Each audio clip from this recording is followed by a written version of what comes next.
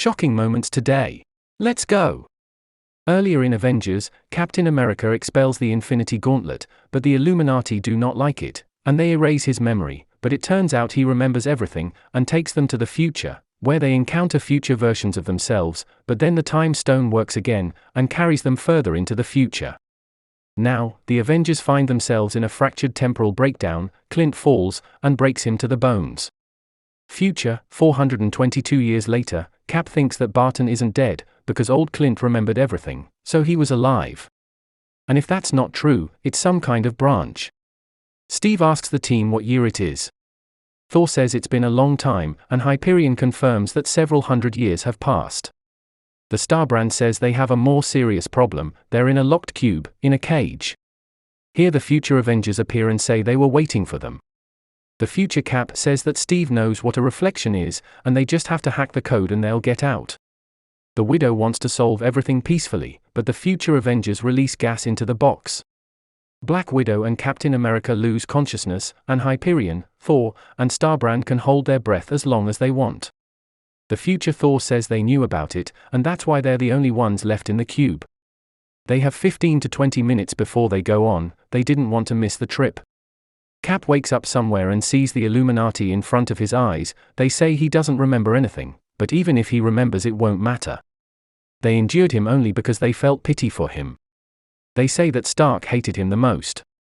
Their heads are gradually turning into skulls, but then it turns out to Steve it's melted.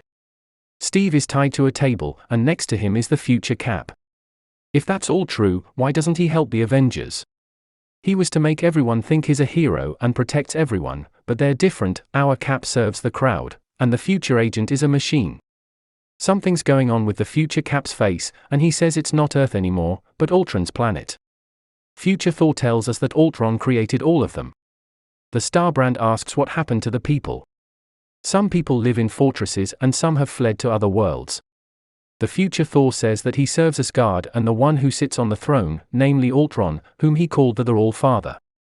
The Thor doesn't like it, and he's beaten in a cube. He doesn't understand how that can be possible. Future Thor says he just doesn't know what needs to be broken. Steve and the machines are doing something, and Natasha is talking to somebody, and the war is going on, and about the future and the past. She says they made a mistake by making her look like Natasha. She wants to share something with Natasha, something for the future and the past. She tells the Widow to tell the man of the future something about the planet Ultron, but she doesn't understand what she's talking about. And for the past, she wants Natasha to remember one moment with Stark. During this time, the future Cap gives a gift to Cap, introducing something into his eye. But it's not a gift for him, but he'll need it. It's a bomb. And then there's the time stone again. Future Cap says that when the bomb explodes, the future will begin to change. He carries them back into the breach of time and space, and now Thor and Hyperion fall into the abyss, and it eats them to the bones. It takes them all 5,045 years into the future.